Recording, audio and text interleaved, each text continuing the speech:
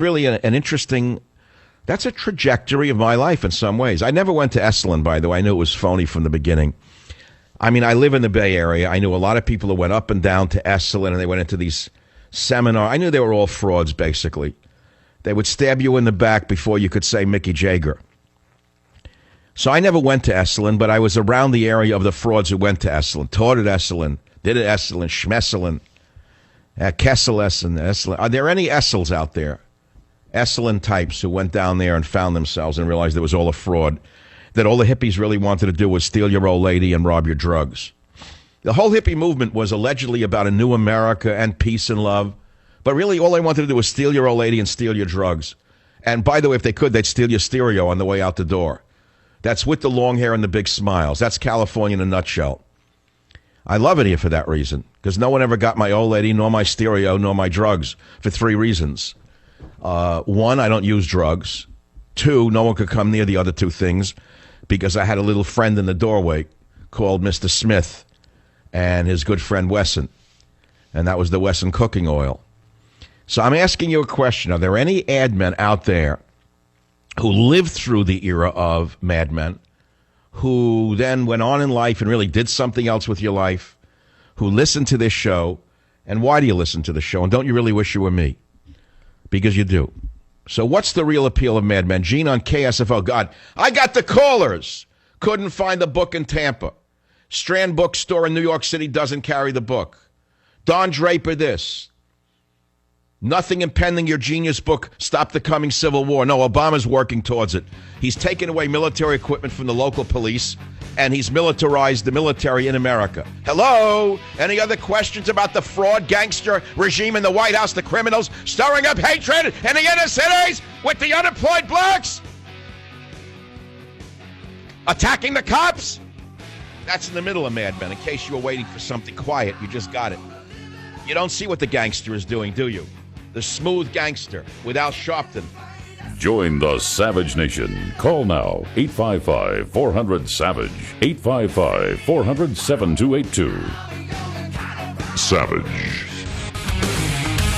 Let me repeat the questions because I don't think anyone heard me. I'm getting only calls. The only calls I'm getting on this sterling broadcast of mine, which I don't mind, I like it, is on Mad Men.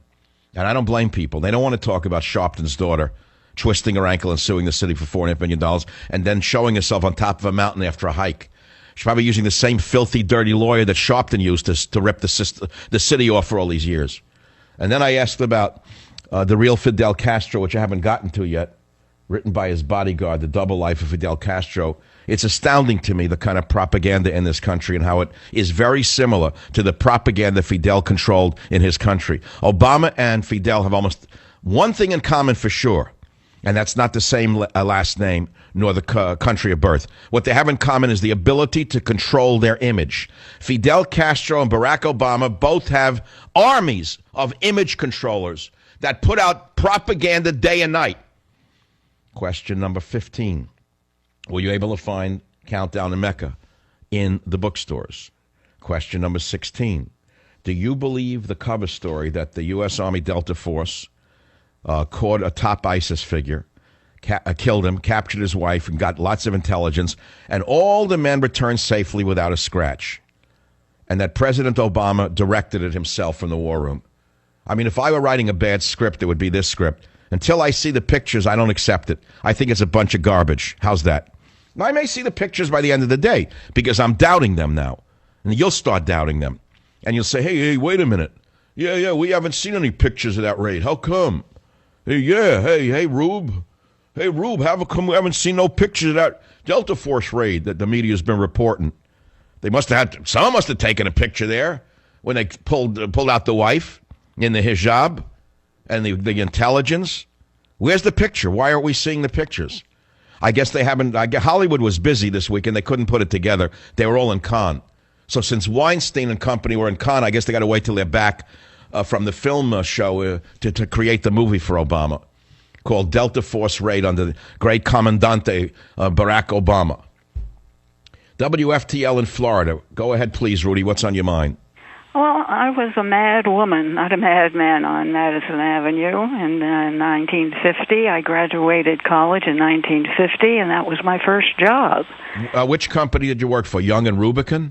You're right. Yeah, it's one of the guys. How high up did you go on the corporate ladder? I started. My basic salary was $40 a week.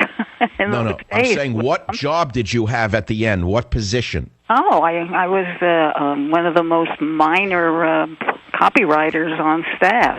And was it very much presented as it was in Mad Men?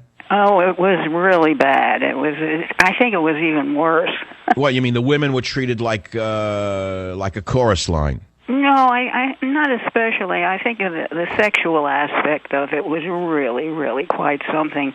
I was a babe in arms when I got out of school, and to be thrown into this atmosphere was really quite ridiculous. Well, that's what I'm saying. You were treated like a trinket, like a member of a chorus line that the men just went after, right? Well, I don't know if it was me. It was most of the other girls, because I was only 21 when I started working. Well, how old were they? 15? What do you mean the other girls? Were they older or younger? Oh, they were much older than me. Okay, well, thanks for the call. I couldn't get anywhere with that. Nice to hear. I have a diverse audience. That's good. Very nice. Very good. Very good. Very good. I could never work in advertising. I knew one guy who went into advertising. Honestly, in my circle, no one went into advertising. It was considered a flaky field, by the way. That was very beneath most of the people I knew. It's not like they went to Madison Avenue. We knew right away the phoniest of us would go there. In other words, the guys who didn't need a nose job worked in Madison Avenue. The guys who were over 5'10" worked in Madison Avenue. The guys who looked good but couldn't go to law school or medical school, or God forbid, dental school, they went into advertising. But no one else did. WABC, Peter, welcome to the Savage Nation. Sometimes I get a reverberation of my own humor. I laugh. I do it for me. If you don't like it, it's too bad. What's on your mind? Hi, Dr. Savage. Well, I thought that transformation was very uncharacteristic for Don Draper, because if you remember in season 5, his wife leaves, the actress he was married to, she leaves and she says, listen to the last song on the Revolver album, the psychedelic one. He couldn't handle it. He had to, take it off. He had none of that sensibility of that new age hippie movement. All right, so what? The wife left him because he was too stiff? No, he was a runaround. He was a cheat. No. I'm talking about the actress, his second wife. She leaves the apartment. She says, "Oh, wait. Were you talking about the young one that he marries, the black-haired girl, the dark-haired girl?" Yes, that's the one I'm talking Okay, so she leaves him. Why? Because she's swinging, she's cool, she's into the whole drug scene that's emerging in New York, and he can't make that move. Is that what you're saying? Well, he's listening to the song, and then he takes it off of the record, because he's not like Roger Sterling, who did LSD. But then he winds up in Esalen, and he has one ohm, gives him more enlightenment than all the wheatgrass and tofu that hippies could have eaten in 20 years. I mean, the guy just came to himself. After he hugged that guy, he realized he really felt that guy's pain. He had a real Bill Clinton moment. He felt he. So you really like the series? I mean, you're really into it. I can hear by what you're saying. You got into it. I loved it. Yeah. See, did you go through the hippie era? Did you yourself go through that long-haired, touchy-feely, huggy phase of your life? I wasn't touchy-feely. I was more like a rock and roller during that period. But yeah. No, but you remember the touchy-feely phase? You remember the kind of guys that did that? Yep. I knew a couple of creeps like that they would hug women, but they would really just wanted to feel their breasts against their chest. Yeah, they'd always squeeze women. They always squeezed the women very hard, even though their loins were pressed backwards so as not to show any sexual intent. They were really squeezing to get the woman's you-know-what pressed against them. They were the sickest. One of them became a doctor who went to work for Kaiser in San Francisco because he actually couldn't get any women. But that's a side story. No, I know there was always that type, the phone. Did you ever get stabbed in the back by any of those New Age hippies? Well, I went to some of those seminars and got stabbed in the back, yeah. Where? What city did you go to them in? California, when I lived out there, yeah. Where? San Francisco, L.A.? Which city? L.A., yeah. I used to do a lot of that stuff because I was searching, but it was all... All right, wait, hold it. This is an interesting story. We were all searching for ourselves, as young people do. We were misled by the devils who ran this hippie movement. Timothy Leary pushed drugs. Allen Ginsberg pushed a false sense of sexuality down everyone's throat. The women's movement pushed a big lie on everyone. So as a result of all of that, the country fragmented and broke down right down the middle. And as a result, we have Barack Obama. The sine qua non of the entire 60s movement is Barack Obama. Had there not been a 60s, this character couldn't run a funeral parlor in Duluth. I agree. Yeah, he was the kind of guy that if you were smoking pot with him in the '60s and he had the joint and he said, "Hey, one day I'm going to be president," we'd all laugh and say, "Yeah, right." But Ginsburg was the worst. He said, "I'm going to get your children. That's what we're going to go after." And if you look at it, that's exactly what they did. They did it through the universities. They got the kids. Well, Timothy Leary pushed LSD as though it was a household cleanser. He poisoned the minds of millions. And the reason he was able to do it more successfully than other drug peddlers was because he was from Harvard, he was a psychologist, and he had this high-class so-called waspy look. So everyone figured if he said LSD is God's gift to man, it must be right. That's what happened. Then you had this degenerate Allen Ginsberg who looked like a Jewish rabbi, but he was a perverted Satan in reverse. He made everyone think he was rabbinic and Talmudic, but he was the opposite of rabbis in the Talmud. So he poisoned the soul of man. Then you had the women, basically, who hated men, who pushed the women's movement. They were the Satans of their time. And as a result of this triumvirate of evil, we have Barack Obama 30, 40 years later. Oh, my God. Yeah, that's pretty much it. When are you going to write that book? That's going to be... No, did you see that global picture I just painted? I'm serious. I have thought about this for 30 years now. How did we get to the point that a man as fraudulent, as anti-American as Obama can get away with this? How does he get away with it every day? And how does he raise the stakes of this incredible deceit with the people not seeing it? And the answer is really, you have to look backwards to know where we're at today. Yeah, you do. And the 60s was really a change in our... It was a horrible time. People look back and think that the 60s were a lot of fun. It was a horrible, horrible time. It was filled with frauds and phonies, most of whom are running the world right now. What do you do today? Peter, what do you do today after all those years of searching? How'd you end up? Well, I made a 180. I went back to my Catholic faith because I realized if I wanted mysticism, that's where I was going to find it. Bingo. Absolutely. Mysticism is found in all religions, incidentally.